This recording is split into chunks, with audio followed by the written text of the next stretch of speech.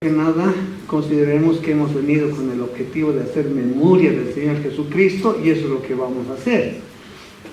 De pronto me gustaría mucho preguntarles a ustedes, ¿dónde está el Señor? ¿Dónde está el Señor? No, yo no puedo decir, está en el cielo, hasta aquí, yo estoy con ustedes todos los días hasta el fin del mundo, pero me gustaría mucho acudir al Antiguo Testamento y claro, ver qué pasaba en ese tiempo y qué está pasando en este tiempo en base a lo que el Señor había enseñado a los israelitas cuando salieron de Egipto, ¿sí?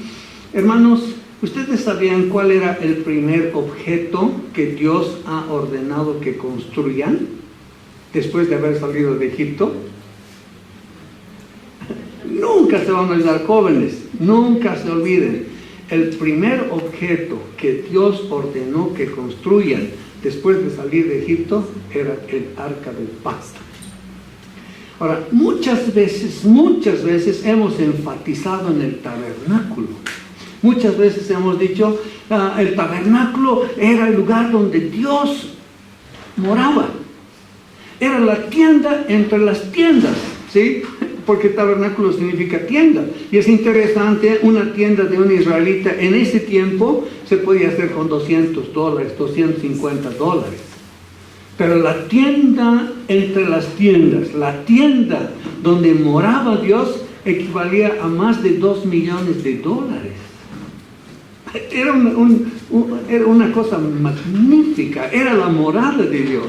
Pero algunos dicen, entonces el tabernáculo es más importante. No, mis hermanos, dentro del tabernáculo estaba el objeto más precioso y más preciado que se llamaba el arca del pacto. Ahora, ¿por qué es lo más precioso que había? Porque habla de la presencia de Cristo en medio de su pueblo. Miren cómo Dios en su misericordia ya desde antes nos ha querido mostrar que lo más importante para el pueblo cristiano es, díganlo en una sola voz, es Cristo. Sin Cristo, por más que sea una iglesia, esta iglesia es magnífica, nunca hay problemas, se llevan bien, se aman, miren cómo trabajan, miren cómo tienen una obra de fe. Pero si no tienen a Cristo, no tiene valor esa iglesia. Ya nosotros podemos ver en Apocalipsis, hay dos iglesias, y el Señor dice, tú te crees rica, tú te crees que no necesitas de nada, pero eres pobre, eres ciega, eres menospreciable.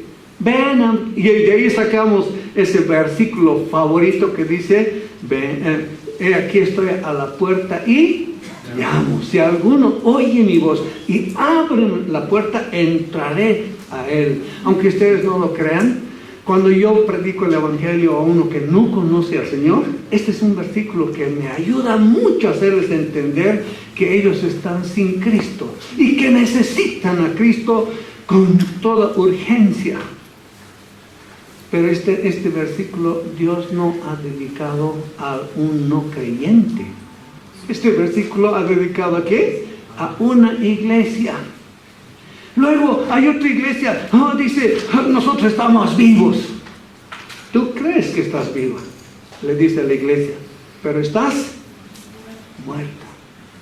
Por tanto, ¿qué nos está mostrando? Que aunque haya una estructura de iglesia, si Cristo no es el centro, si Cristo no es lo más importante, por más hermosa, por más buena, por más que haya comunión entre hermanos, si Cristo no es lo más importante, esta iglesia carece de valor.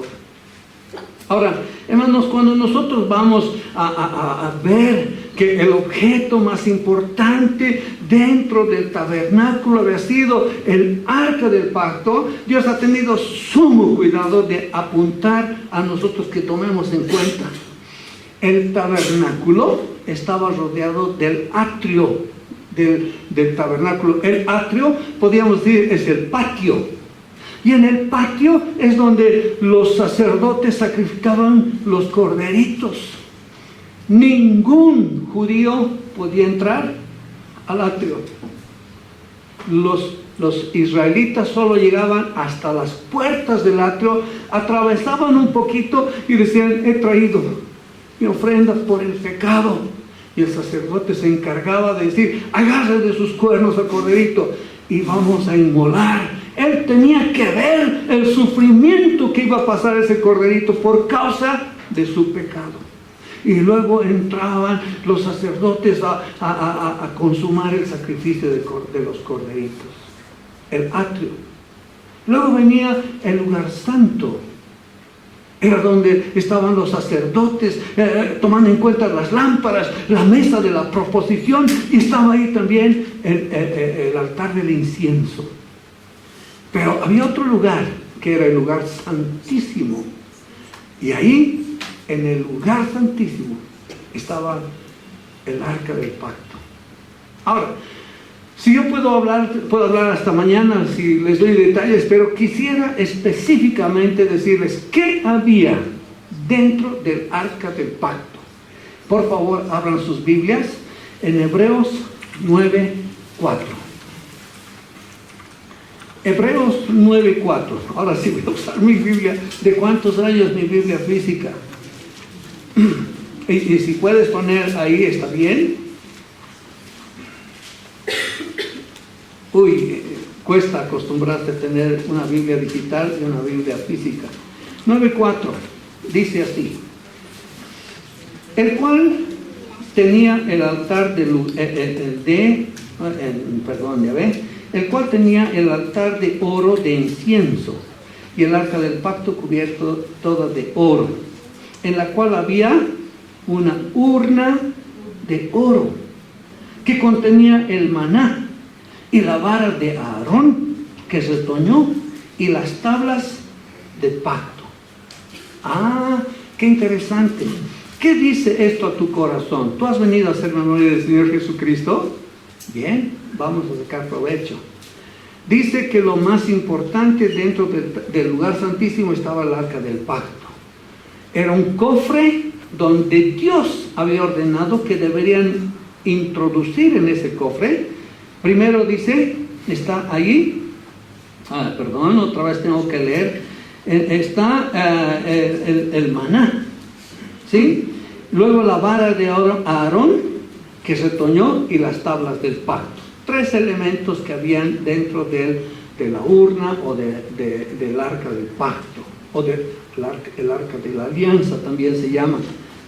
Ahora, ¿por qué Dios ha ordenado que se ponga dentro del arca del pacto esos 3 elementos? ¿Alguien se acuerda qué pasó para que Dios les provea el maná? Hermanitos, nunca se olviden, cuando salieron de Egipto, era Dios que asumió que Él les iba a sacar a la tierra prometida. Ellos podían llegar en 7 días, 9 días hasta la tierra prometida. ¿Saben cuánto tiempo tardaron? 40 años. Dios sabía eso y sacó a más de 2 millones de personas. ¿Cómo puede sacar, Señor, a más de 2 millones de personas y tenerlos en el desierto 40 años? ¿Cómo van a vivir? Y Dios es todopoderoso. Él sabía que podía sustentar a los israelitas. Pero los israelitas, en vez de admirarse como todos los pueblos, 40 años más tarde, cuando van a tomar a Jericó, dice, estamos temblando, nos acordamos lo que ha hecho su Dios allá en Egipto, esas plagas, y ellos están recordando 40 años más tarde. Y los israelitas a los pocos días se olvidan de quién es su Dios, el Todopoderoso, y empiezan a murmurar. Y murmuran, dicen, ¿para qué nos saca de Egipto? Podíamos estar comiendo carnes, parrillada, y sí o no, hermano, fue claro, parrillada. Ese era su tren. Pero ¿qué pasó? El Señor dijo, no, yo voy a sostener esto. No solo de parrillada vivirá el hombre, sino de toda palabra que sale de la boca de Dios. Y Dios proveyó el maná. Y el maná, si no sacabas el día que el Señor decía, se echaba a perder. ¿No? Cosas que pasan son admirables. Nuestro Dios es admirable. Dios dice, separen una porción de maná y pongan en el arca. Y ha estado por los tiempos de los tiempos y no se ha podrido. Pero ¿saben qué era? El maná era evidencia de que Dios les amaba. Dios amaba a su pueblo a pesar de sus murmuraciones.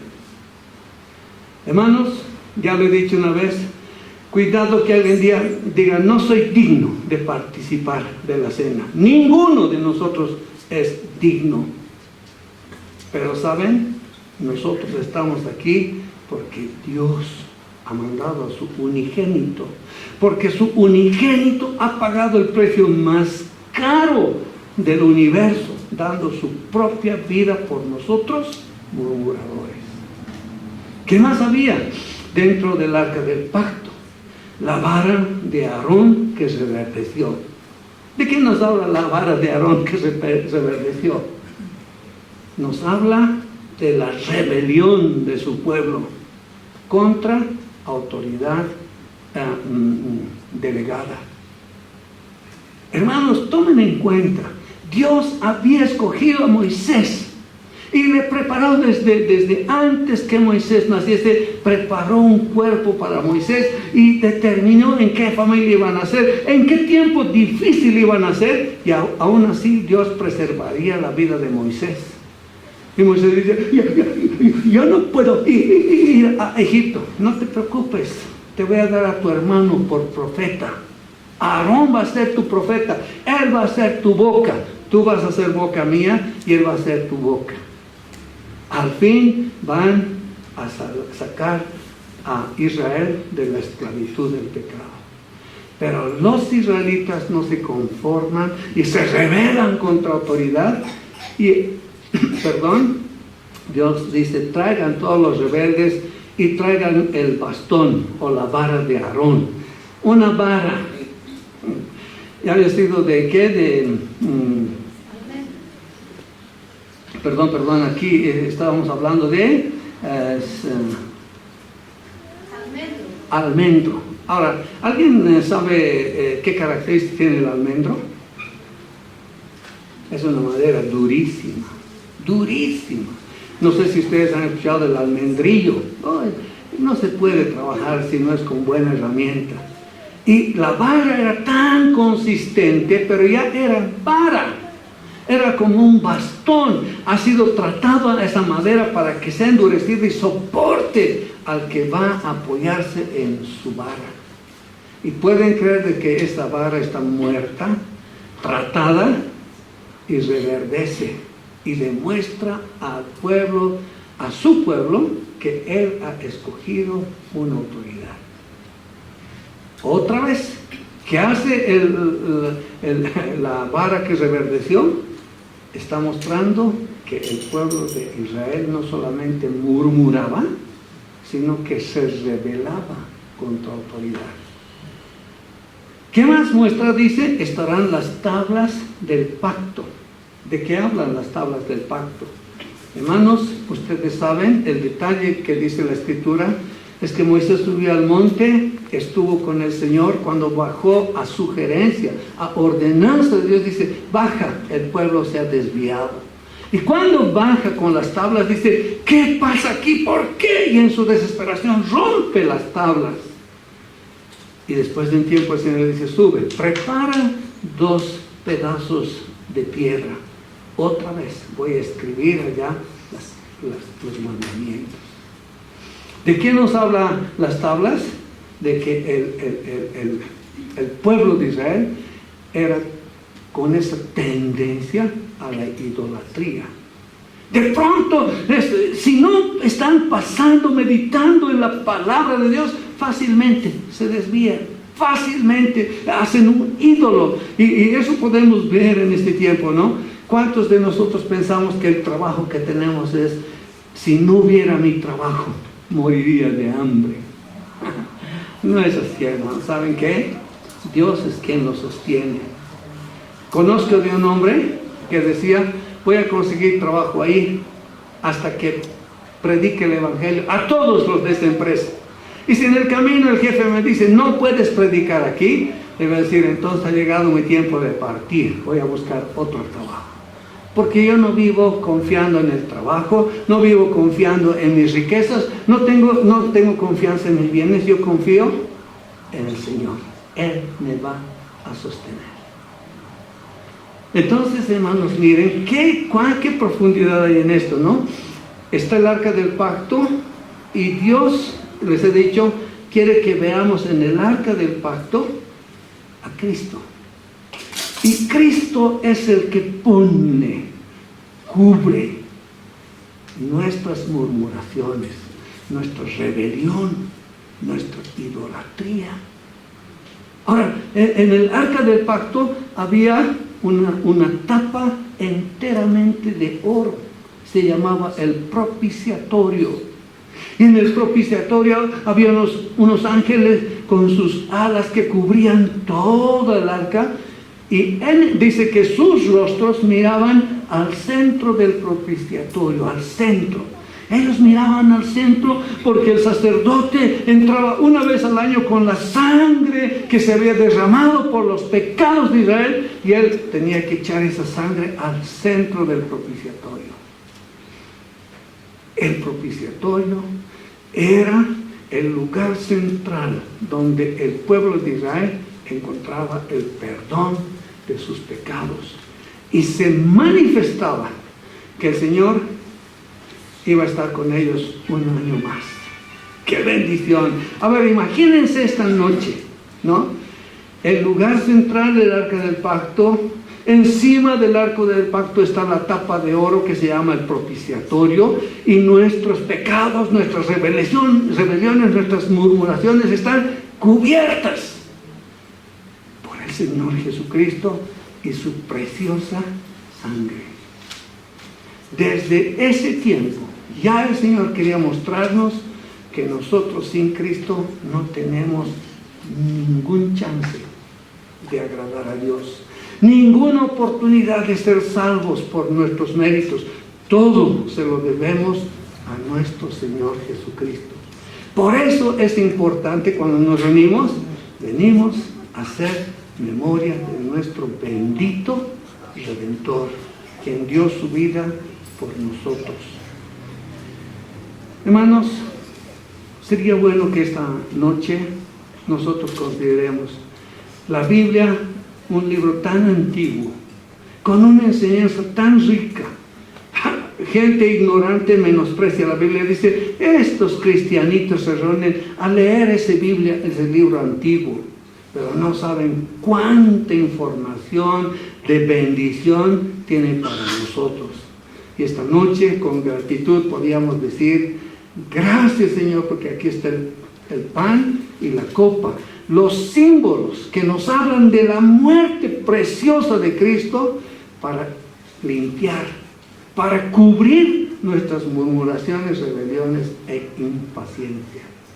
Gracias Señor, que sea ese nuestro deseo y que podamos decir, no puede ser maldito aquel que murió en una cruenta cruz. Amén. Si alguien quiere dar gracias por el pan, este es el momento.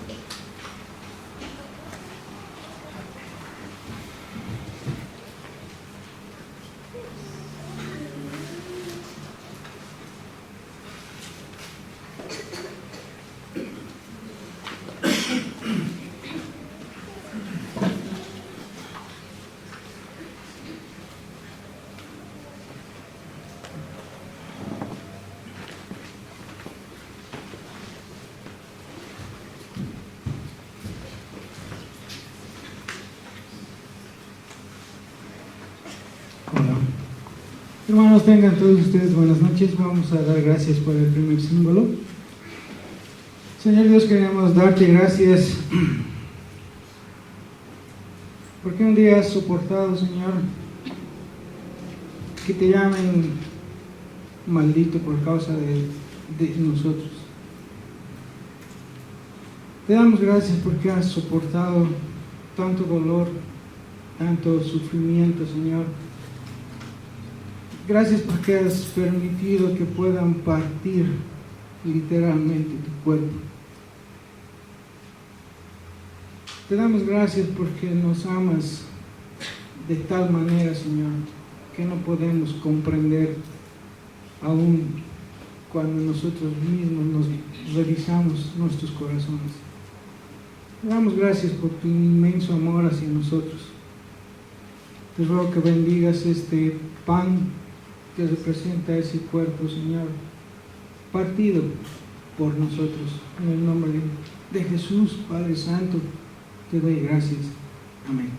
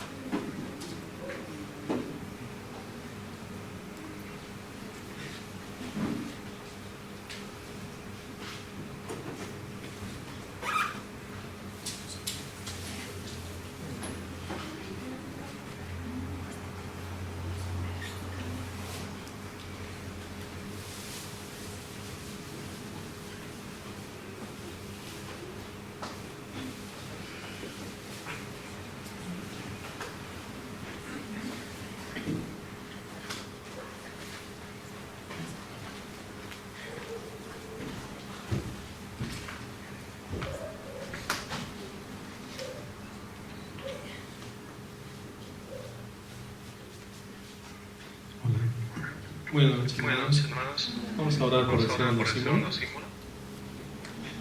Amado Señor, queremos darte gracias esta noche. Nos permite, Señor, reunirnos una vez más, tener comunión entre hermanos. Lo más importante, Señor, ponemos nuestra mirada en Cristo, siendo, Señor, humillado, maltratado, herido por nuestros pecados, por nuestras rebeliones, por nuestras murmuraciones, por nuestras rebeldías, Señor. Pero somos perdonados por esa sangre bendita, Señor, derramada en la cruz. Aquella cruz, Señor, que decía que es maldito aquel que es colgado en ese madero.